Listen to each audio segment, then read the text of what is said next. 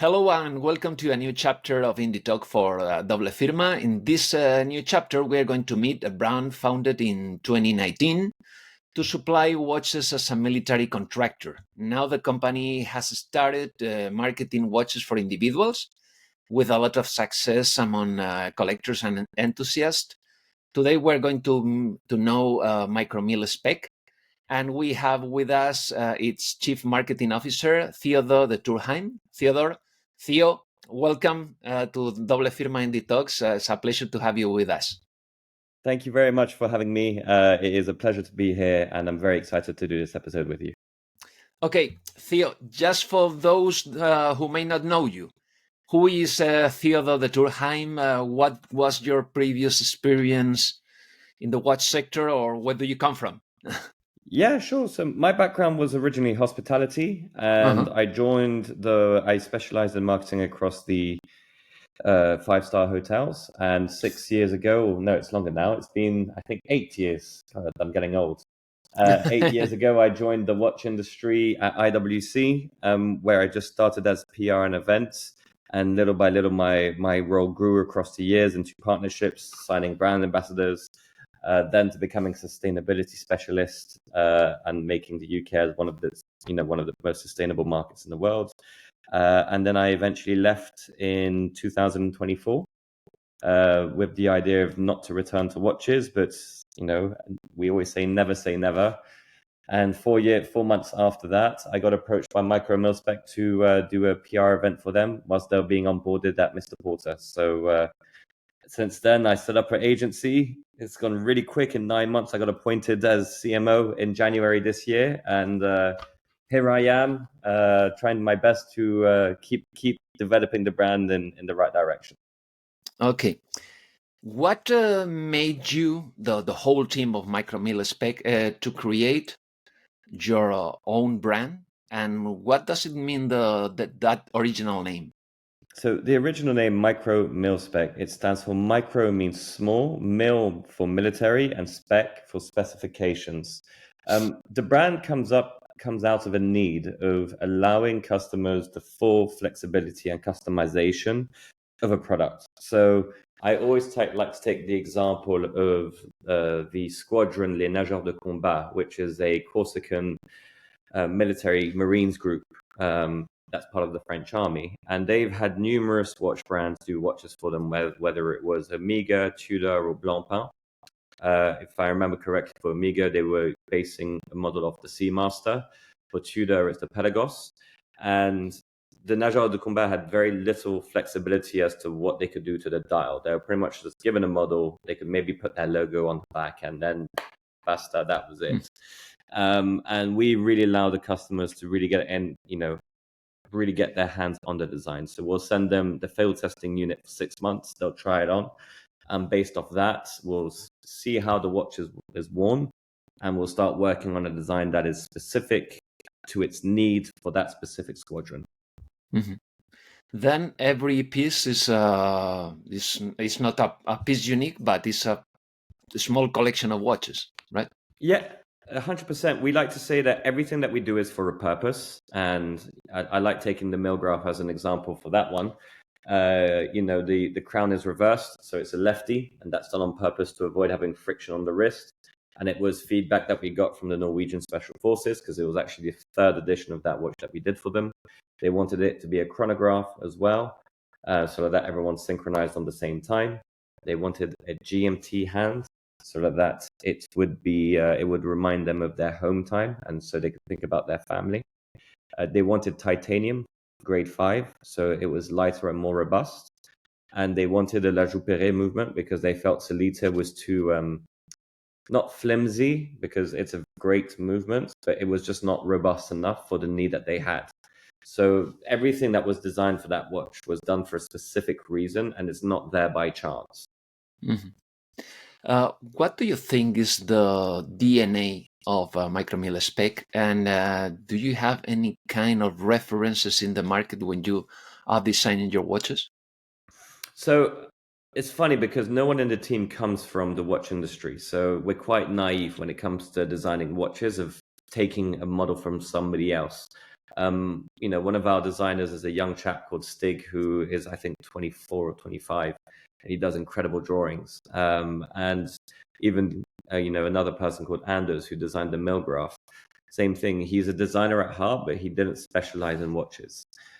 And I think that's the beauty of us, is we don't have any heritage history, so we don't feel burdened when trying to do a new design. So we really have the flexibility to do whatever we want. But it's funny because then when we'll do a design, people will then say, oh, the Milgraph looks like the Vacheron Oversea Everest, or it looks like an IWC Porsche design from the 1980s. So people will like to compare, but I think at the same time, there's so many watches that exist today that it's easy to compare and contrast to a model that we're doing. And if not the true DNA of the brand, I think where we rely, what is the real us is customization, reliability, and I also would say fun, because I think what a lot of brands forget about is bringing the element of fun into the watch industry. At the end of the day, we're all passionate about the same thing. It's this little thing that we wear on a wrist that we love to talk about, like on your podcast. And I think that's what we need to bring a little bit more back to the watch industry, because Switzerland's a very serious country. And I sometimes think it takes itself too seriously. And I think that's where we need to be a little bit more fun. Mm-hmm. Then what made you decide to collaborate with military units and first responders? And what kind of military forces have you already collaborated with? So you'll be able to see in our annual collections some of the squadrons that we've collaborated with, whether it's the US Space Force, the Canadian smoke jumpers, the firefighters who fight the fires in Vancouver, the nageurs de combat, the Marine Corps I was telling you about in the south of France and Corsica, the Hercules, which is for the Hercules pilots in the Norwegian Army, the Milgraph, which is part of the special forces for the Norwegians. We did the Voyageur for the Swedish Marine. So we've got quite a collection where you can see some of the military forces that we've supported. There are obviously a big majority we cannot talk about because we have an NDA that we're signed to. But we've done over 48 projects for 48 different squadrons and armies across the world. So even though we're a small company with that is quite recent, I feel like we've done quite a lot within a short period of time. And I think we're on a steady ground today, thanks to those squadrons and militaries that have trusted us with those contracts. And we're also lucky because one of our founders is part of the special forces of one of those specific armies. So it's him who's been able to open up that door and really allow us to enter, these quite private industries and creating products that are really being used in the field today, like in the squadrons that I've mentioned. Mm-hmm. And then what, there is any kind of a special suggestions of from these groups? What they look for in that kind of watches? So I think, I've given a couple, an example of the Milgraph where it's quite technical, but some of it can be more design orientated. So I like to go always back to the nageurs de combat. I know it's the one I keep talking about, but their one was quite interesting because they had the red dot at 35 because it's to remind them, it's rare that you dive more than 35 minutes before you can have create damage to your lungs, or unless you're an expert diver. So it's like a little reminder to resurface. They'd put little waves on the dial as well because they wanted to remind, do a little wink, as we say in French. That's for the Marine Corps. They had their little logo on the front of it as well. So I think it really, the reason why these squadrons come to us is not just for a technical aspect, but it's not to be imposed a model that they have no say in. A lot of them really are watch fans already because they use a watch in their job on a daily basis. So it's, and they always say a watch is like their second companion out there ahead of a gun and a compass. You need your watch more than anything. So it's really to allow these people to have the freedom to, really create something that they feel passionate about that they then wear on their wrist. Mm-hmm. And what does it mean that your watches have been field tested? Field tested, so for us, how we describe it, it means that the watch has been tested within a specific field of that purpose. So what I mean by that is today we're kind of branching off into extreme sports, and you'll be happy to know that we've signed actually our very first ambassador is a Spanish person. So we've got that will be coming out next year. Oh, wow. So we've got a Spanish ambassador as our first ambassador, and he's field testing our watch as we speak at the moment because he's a kite surfer. And we're trying to create a watch specific for that market. So he's going to test the watch out for 6 months, and from there we're going to create a specific watch for that market. But that means it's been field tested within the kite surfing industry. But it also means it's been field tested, for a Marine Corps in the south of France, because he's tried on the watch and he's tested it, the robustness that he needs for it, plus the design that has been integrated into it. So it's for us, the field testing element is really based off how the watch is worn within its own domain. And maybe it could sound surprising, but you have a collaboration with the U.S. Space Force. Yes. Have your watches been into space, or are planned to be into space? And what qualities or requirement you need to be qualified for this type of space operations? So we haven't been into space yet because the US Space Force watch is more of like a Formula One team squad watch. So it's something that everyone who works at the US Space Force, every single individual gets one of these watches. But to go back into my IWC days, because we sent a watch into space for the Polaris program, I'm quite accustomed to knowing what needs to be integrated inside one of those watches, because you haven't got a watchmaker in space who can repair your watch if there's a problem out there. So it's really based, number one, on the movement that they put inside of it, because the movement has to be incredibly robust in case there's a problem out there, because a watch is something that they still use in space as an everyday tool watch. It also needs to have an anti-magnetic field within the watch itself, and also the material that goes around the case of the watch has to be very robust. So it's more just making sure that whatever you do whilst you're in space, the movement will remain intact and not have any issues, specifically when it comes to breaking of the movement, because the rest you can kind of deal with. But if the movement's dead, you're stuck. And then, what are the difference, if they are, between the models that you have released for the Army Corps and the ones that you are releasing now for civilians? They're pretty much the same, to be honest. The only difference you'll have is on the squadrons that we've done a watch for, you will sometimes get the logo removed off it for security reasons, to not give the exact squadron name as to for whom that watch has been done for. But the design of the watch is pretty much exactly the same. So there's very little difference between the one that's being used by the Army and the one that's available to the public. But there is the watches that you have released with those squadrons are not available for civilians. You cannot buy all those collaborations.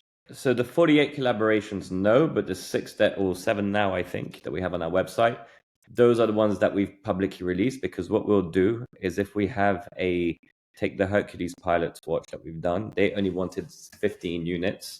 We said to them, look, it's impossible for us to create a product for 15 units at an affordable price that you're looking to buy at for your squadron. So as long as you accept that we can release this watch to the public and remove the aspects of the military squadron onto it, then we can produce 100 of these or 200 of these, which means they are happy because suddenly the product falls within its price range. And we are happy because we can then sell the product off to the public to make sure that we can get our profit margins back, rather than just trying to do a watch for 15 units. Then you have been talking about the prices. What is the range of prices that you have now? Yes, we're roughly between 1,500 to 3,500 euros. Euros with taxes or without taxes? With taxes, always. Okay, great. Theo, what can you tell us about your different collections available for civilians? Yeah, for sure. I mean, we're trying to, slowly move and gravitate a little bit away from the military aspect at the moment. But the classification of our watches will be land, sea, and air. So last year we focused on land. That's why you had the field testing unit, the Meal Graph, which was the ultimate tool watch that came out. This year, you know, a little spoiler would be with focusing on pilots and aviation watches at Geneva Watch Days. So you'll see, you know, products that will fall within that price category with a complication, which I think everyone will quite enjoy. Sorry, I forgot my train of thought. And then next year you'll probably see, you know, watches to do around the sea element, hence the kite surfer, and you know what we're doing around them.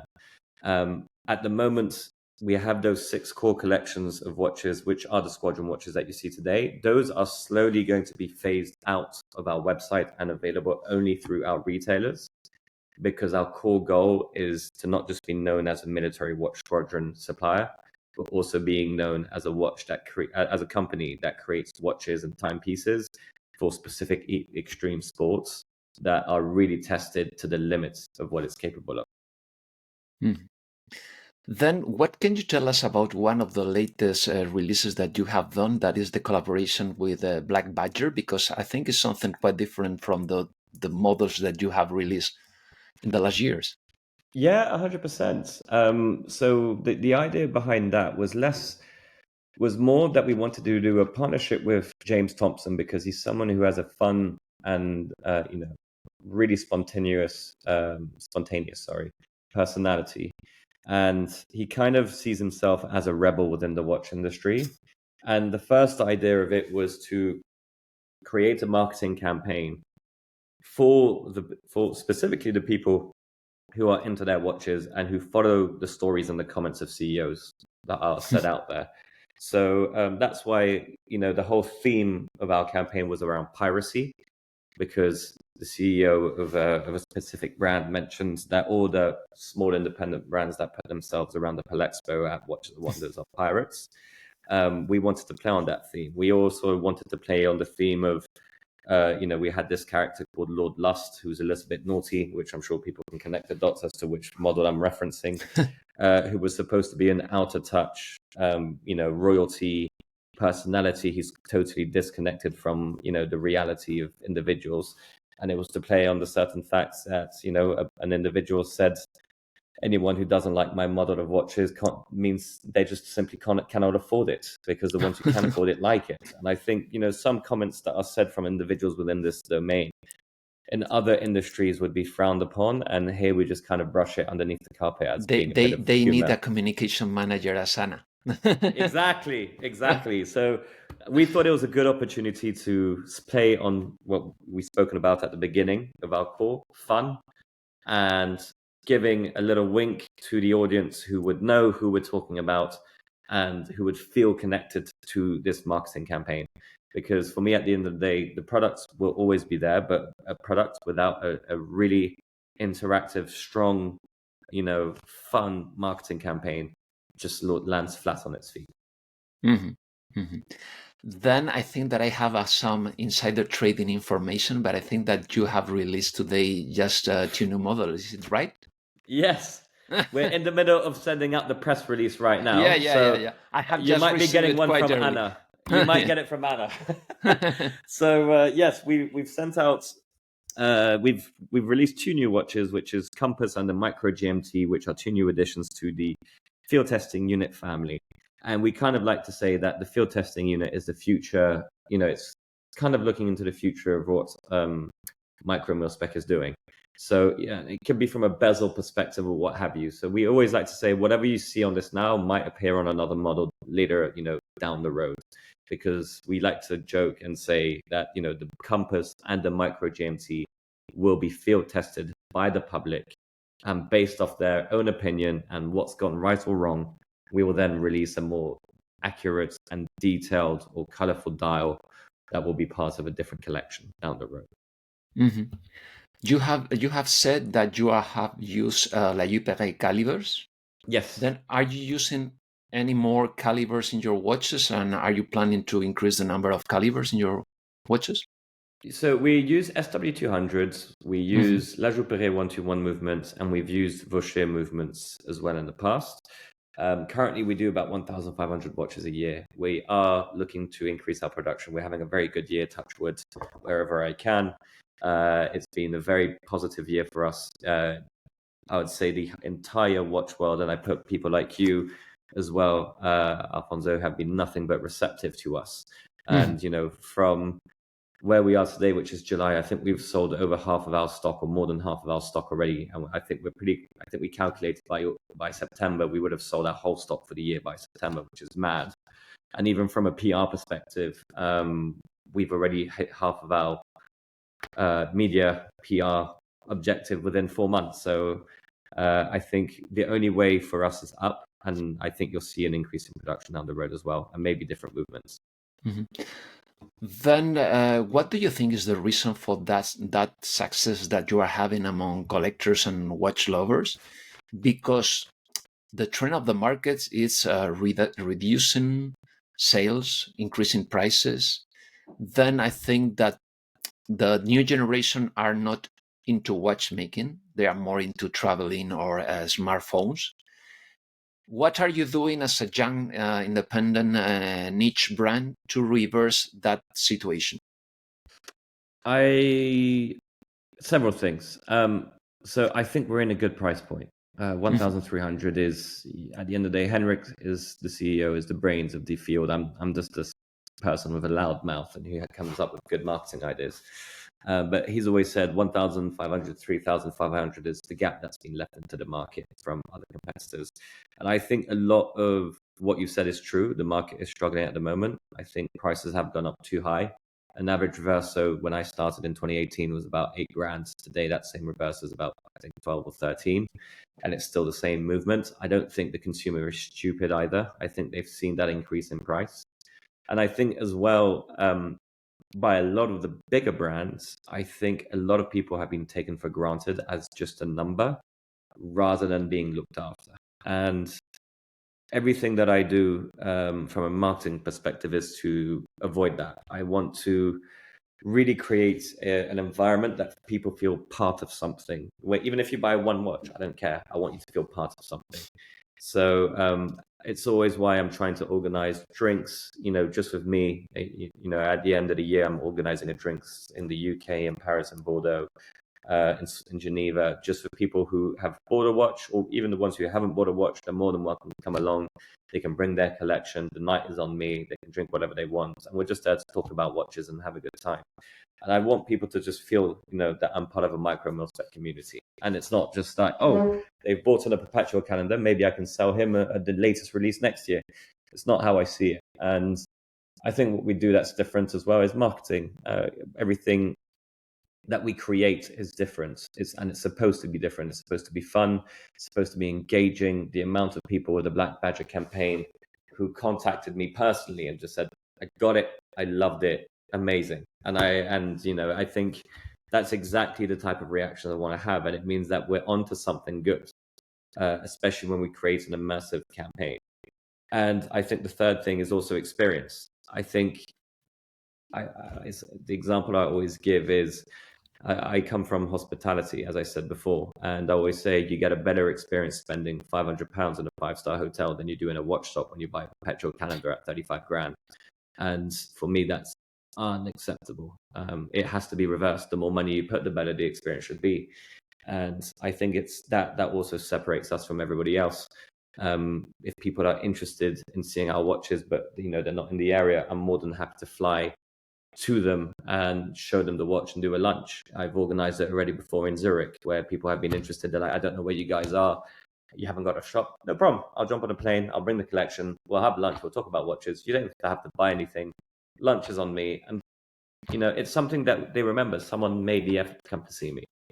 And I think that's really important for a watch brand, is remember that the people who buy these watches are people who want to have fun. Yeah. Then how do you see the future of the brand?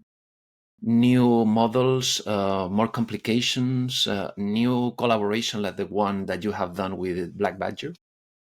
I think it's a couple of different domains. I think Black Badger will remain part of our family for the foreseeable future, because it brings that element of fun that we are able to do once or twice a year.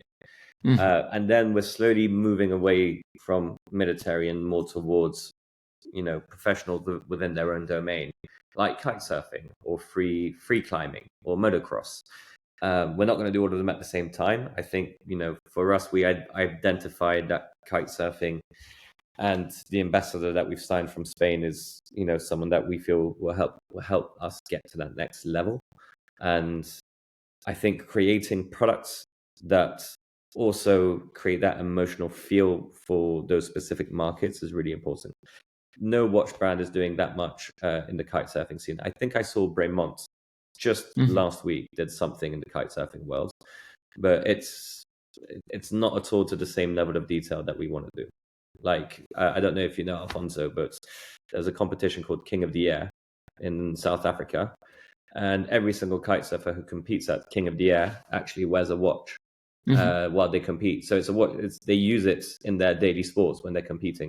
So we want to really create a chronograph movement that takes 10 minutes to go around, because they have 10 minutes out on the water to do their tricks and to jump 35 meters in the air.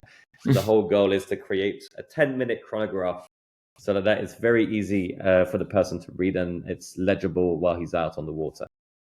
Well, great. What are the most important markets for Micromilspec? For us, it's USA, United Kingdom, and I think because I'm half French, France has become quite an important market, and also Norway, because that's where we're from. So, but it's true because of what we specialize in, which is tool watch. The USA is a huge market for us, and that's why we're trying to. We found a home in California with a retailer that will be opening up at the end of the year to hopefully have a permanent base and make sure that we can get to the next level. But the US is by far the most important market for us.